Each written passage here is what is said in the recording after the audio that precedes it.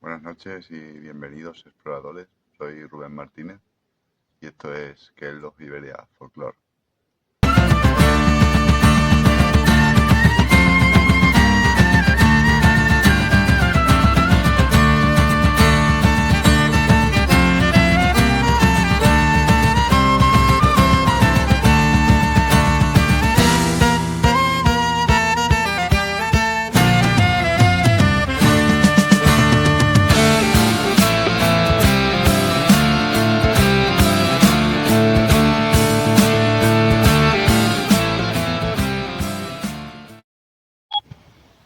Bueno, pues lo dicho, exploradores, sed bienvenidos al canal y a este nuevo plató que estrenamos.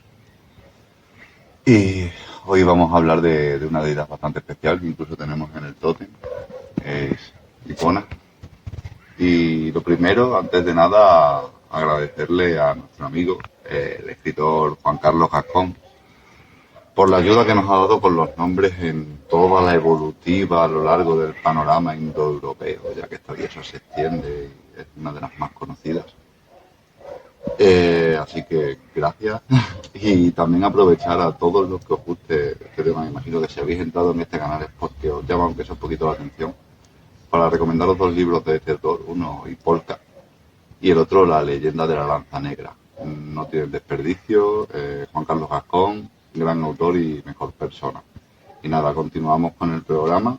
Como digo, Icona, con dos T's. Icona sería el nombre luso gallego, es decir, la zona del suroeste de la península ibérica, Extremadura, Portugal y Galicia, también en el noroeste. En la Galia sería conocida como Ecuona.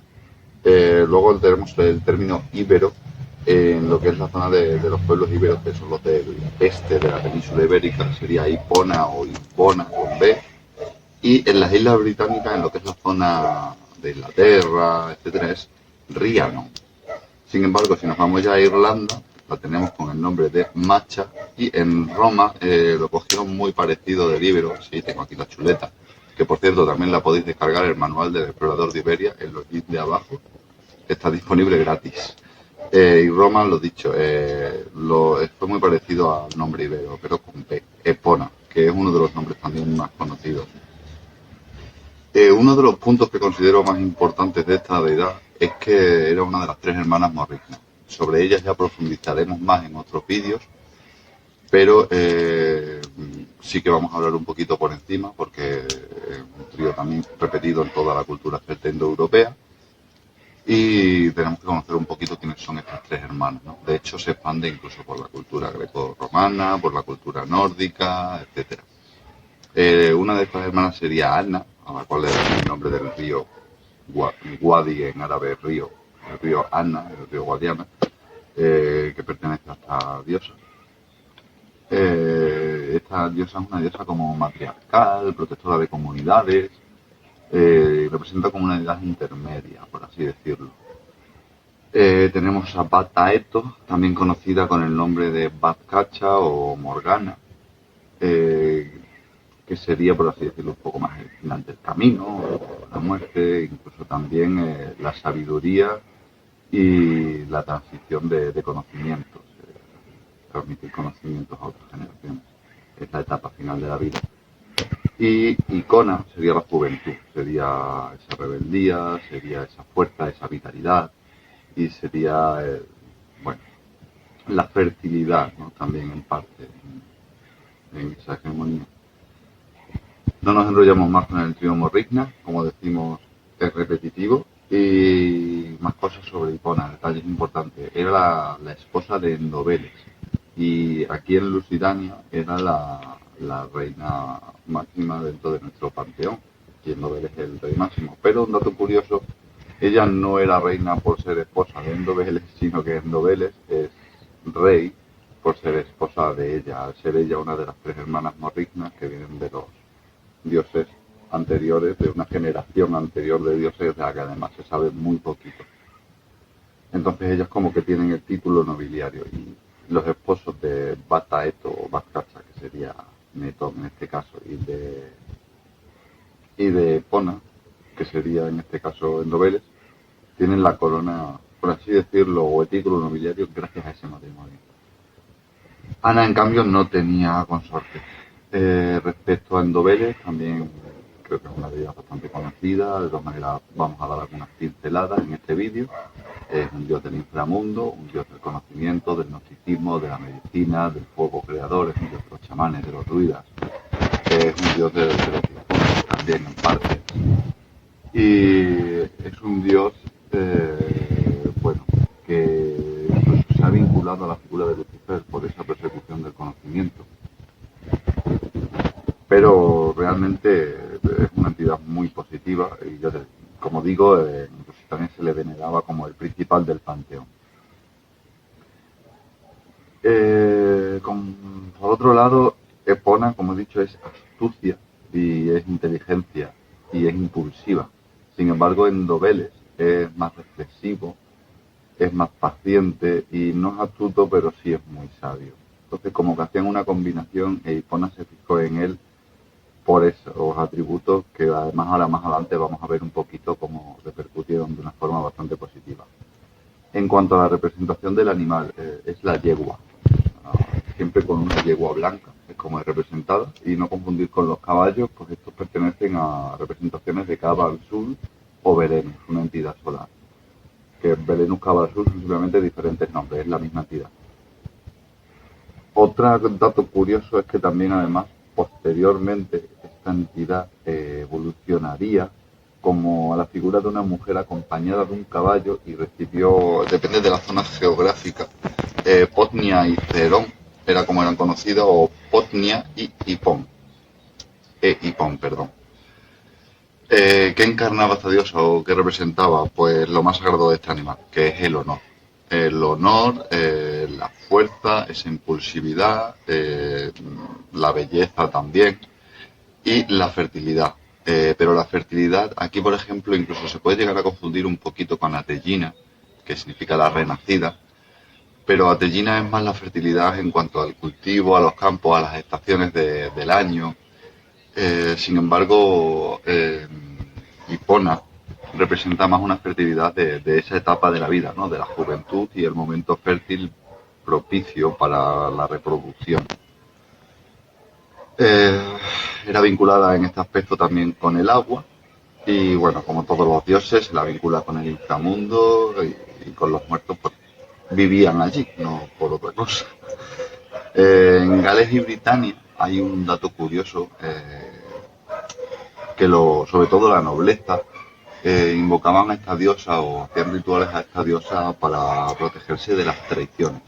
De nuevo vemos una vinculación con el honor, me cuesta pronunciarlo normalmente, Mabinogion, que es un libro de la cultura galesa en la cual vemos a Endobeles bajo el nombre de Puil, que es como se le conoce allí, y y a Icona bajo el nombre de Rihanna. Perdón, me he quedado un poco en las. Entonces, una historia curiosa, es cuando se conocieron, y es que resulta que Rihanna o Hipona apareció ante Endobeles o Pubil bajo la figura de una diosa dorada preciosa cabalgando una yegua blanca. Entonces lo que hizo fue que este la persiguiera durante 3 días riéndose de él y al final como que se dejó alcanzar y se conocieron y tal. Consejos, no intentéis estas tácticas de seducción, pueden daros problemas. No persigáis a la gente si os gusta, ¿vale? No es aconsejable. En este momento pasó una cosa también curiosa posteriormente y es que otra deidad, Waul, quería casarse con Hipona. Entonces intentó convencer a Endobeles para que se la entregara. Endobeles le comentó el plan a Hipona. Hipona trazó un plan junto a Endobeles para matarlo. Realmente quien trazó el plan y quien mató a Goul fue Hipona.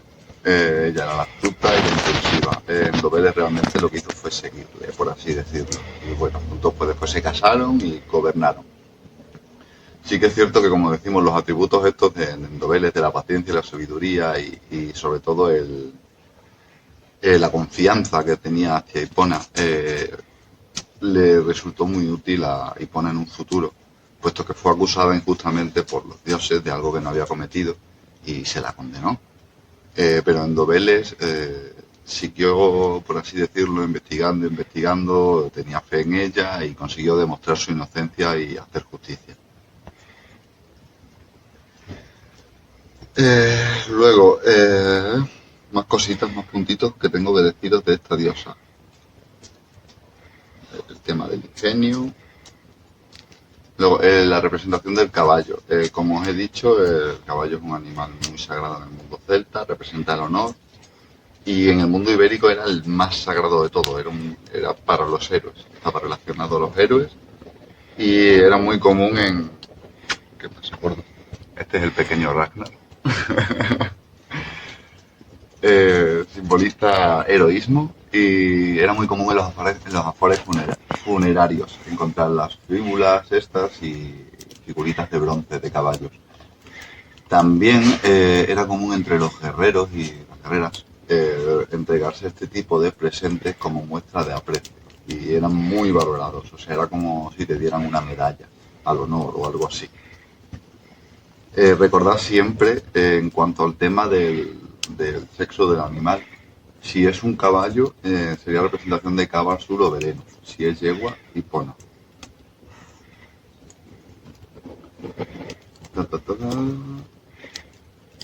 Ah, vale, ok, sí. También importante. El tema del prestigio. O sea, el caballo también entre los celtas era algo muy de clase social, que marcaba una cierta relevancia. Y esto se ha mantenido mucho en las culturas que vienen de estos pueblos. Es muy común incluso el tema de las competiciones de caballos, las competiciones equinas, y vemos una tradición muy fuerte en Inglaterra, en Francia, en España, y también sobre todo la fama que tienen los caballos tanto irlandeses como lusitanos. Eh, Esto hoy en día se conserva, hay mucha afición en estos países y bueno, solamente tenéis que daros una vuelta por aquí por la Raya, por Campo Mayor, por Elvas y por toda Extremadura para ver la afición caballista que hay. Respecto al tema de otros vínculos o simbología que se unen a esta diosa, pues el viento por el tema de la velocidad y la libertad que representan y el punto cardinal este, eh, por el tema del viento, los celtas relacionaban el viento con el este. En cuanto a epigrafía, pues se encuentran por toda Europa, extendidas con diversos nombres. Y, por ejemplo, aquí en Lusitania las más antiguas están datadas en más de 4.000 años. O sea, es una entidad que lleva tiempo siendo adorada. Y ha sobrevivido hasta nuestros días, incluso en el mundo de los videojuegos. Encontramos hasta una yegua llamada Hipona en la The Legend of Zelda. Así que, nada, poco más que deciros de esta diosa. Espero que hayáis disfrutado con el vídeo, con la aventura de hoy. Y seguiremos informando de muchas más deidades. Contactaremos con gente también para hablar de temas muy interesantes en programas que llegarán dentro de poquito y haremos también más excursiones a lugares mágicos como hemos ido a Chandavila también hace poco. Gracias por estar ahí y nos vemos en próximas aventuras.